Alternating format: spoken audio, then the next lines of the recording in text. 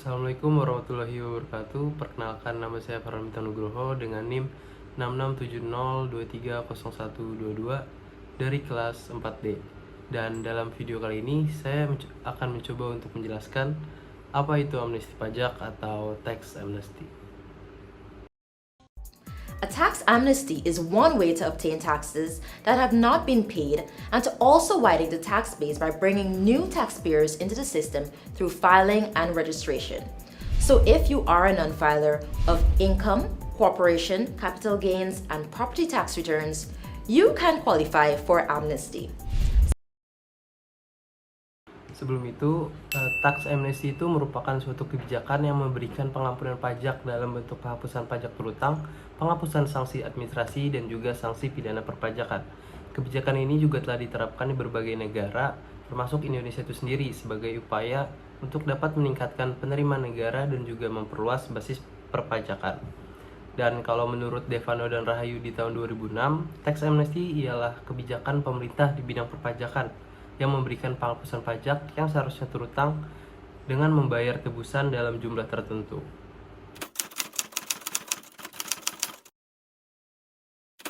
Selanjutnya, saya akan mencoba untuk menjelaskan pengertian dan juga konsep dasar dari tax amnesty. Dalam hal ini, definisi tax amnesty atau pengampunan pajak merupakan kebijakan negara yang memberikan kesempatan kepada wajib pajak untuk dapat melaporkan aset dan membayar pajak dengan jumlah tertentu sebagai tebusan. Nah, sebagai imbalannya, mereka itu akan mendapatkan pengampunan atas kewajiban pajak masa lalu, termasuk penghapusan pajak yang seharusnya terutang, penghapusan sanksi administrasi pajakan, penghapusan sanksi pidana di bidang perpajakan, dan juga mereka tidak akan dilakukan pemeriksaan pajak untuk masa pajak sebelumnya. Selanjutnya, jenis-jenis tax amnesty. Kalau dalam praktiknya, tax amnesty itu dapat diterapkan dalam beberapa bentuk. Yang pertama ada pengampunan investigasi, yaitu memberikan jaminan bahwa tidak akan ada investigasi sumber penghasilan yang dilaporkan dalam periode amnesti. Yang kedua ada pengampunan penuntutan, di mana hal ini tuh memberikan jaminan tidak ada penuntutan hukum atas pelanggaran undang-undang perpajakan di masa lalu. Yang ketiga pengampunan hukuman, yaitu mengurangi atau menghilangkan hukuman yang seharusnya dikenakan. Yang keempat amnesti tarif khusus, yaitu memberikan tarif pajak khusus yang lebih rendah untuk periode tertentu.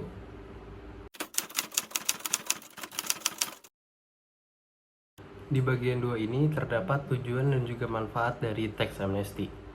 Kalau dilihat sendiri, tax amnesty itu kita dapat melihat sebagai instrumen kebijakan fiskal yang memiliki tujuan strategis yang dirancang gak hanya untuk kepentingan jangka pendek pemerintah, tapi juga akan menciptakan dampak transformatif pada sistem perpajakan secara keseluruhan.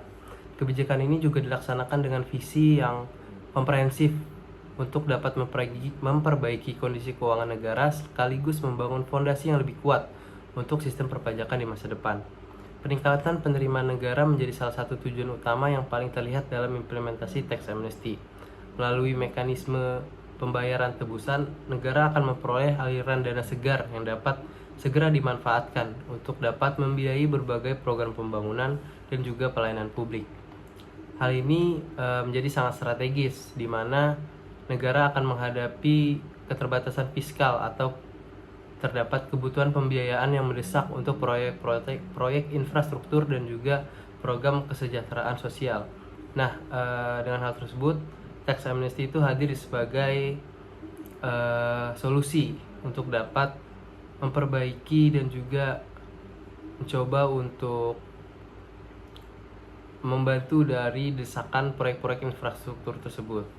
Program tax amnesty juga dirancang untuk mendorong repatriasi modal yang selama ini berada di luar negeri. Fenomena penempatan aset di luar negeri seringkali terjadi karena berbagai faktor, mulai dari penghindaran pajak hingga kekhawatiran akan ketidakstabilan ekonomi domestik. Melalui insentif yang menarik dan jaminan kepastian hukum, warga negara itu diharapkan termotivasi untuk dapat membawa kembali aset mereka ke dalam negeri.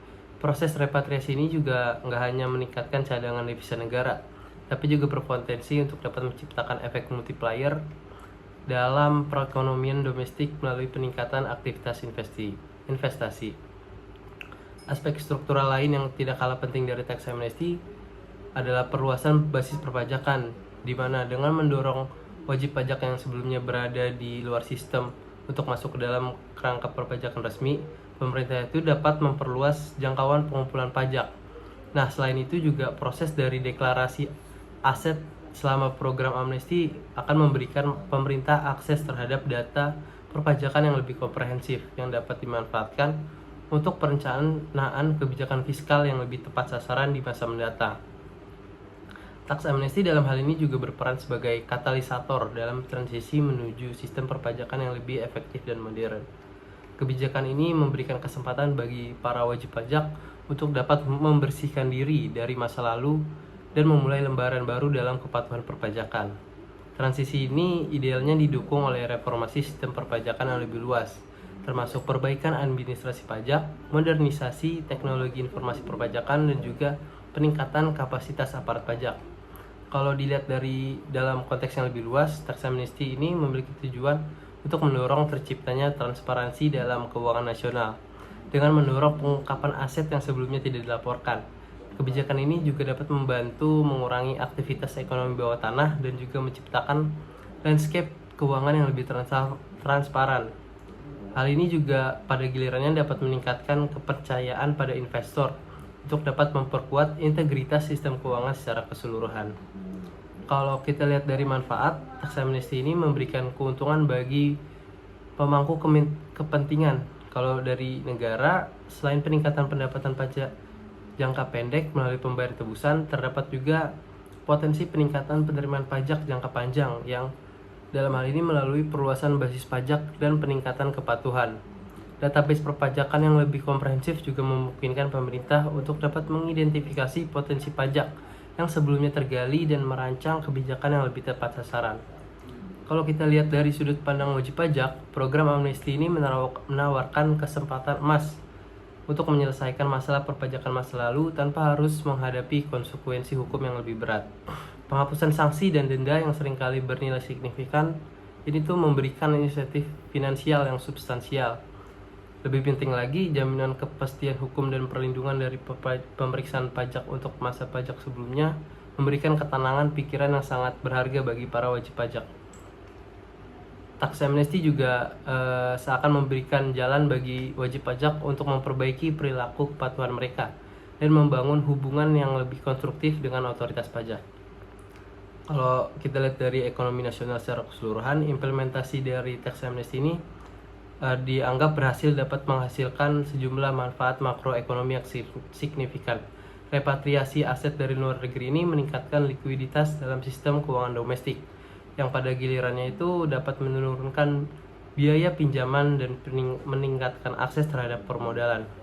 Arus masuk modal juga cenderung memperkuat nilai tukar mata uang nasional yang dapat membantu untuk dapat menstabilkan ekonomi, terutama bagi negara-negara yang menghadapi tekanan pada neraca pembayaran mereka.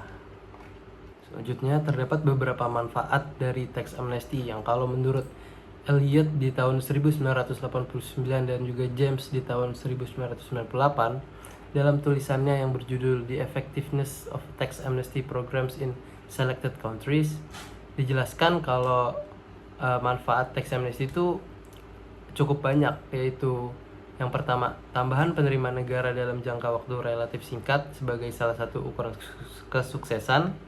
Yang kedua, mengembalikan modal yang diparkir di luar negeri atau capital flight. Yang ketiga, menaikkan basis pajak dilakukan satu kali dan ditegakkannya law enforcement pasca tax amnesty. Yang keempat, terdapat mempermudah transisi ke penegakan UU perpajakan yang baru.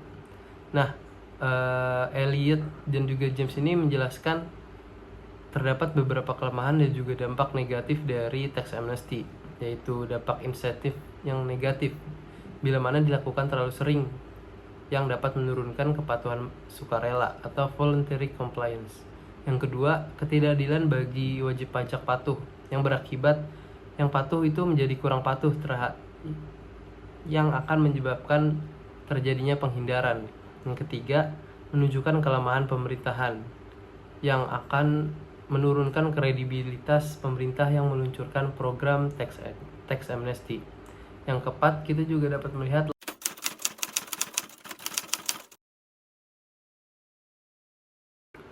Selanjutnya dalam bagian 3 ini saya akan mencoba untuk menjelaskan pengalaman tax amnesty di Indonesia. Jika kita melihat di tahun 2016 dan juga 2017, program tax amnesty di Indonesia itu terlaksana, di mana program tax amnesty yang komprehensif di tahun 2016-2017 ini diimplementasikan melalui Undang-Undang Nomor 11 Tahun 2016 tentang pengampunan pajak. Nah, program ini juga merupakan salah satu kebijakan fiskal yang terbesar yang pernah diterapkan oleh pemerintah Indonesia, dengan tujuan yaitu meningkatkan penerimaan negara, memperluas basis perpajakan, dan juga mendorong repatriasi aset warga negara Indonesia yang berada di luar negeri. Kalau kita lihat dari latar belakang implementasinya, program tax amnesty ini diluncurkan dalam konteks kebutuhan pemerintah untuk dapat meningkatkan penerimaan negara di tengah perlambatan ekonomi global.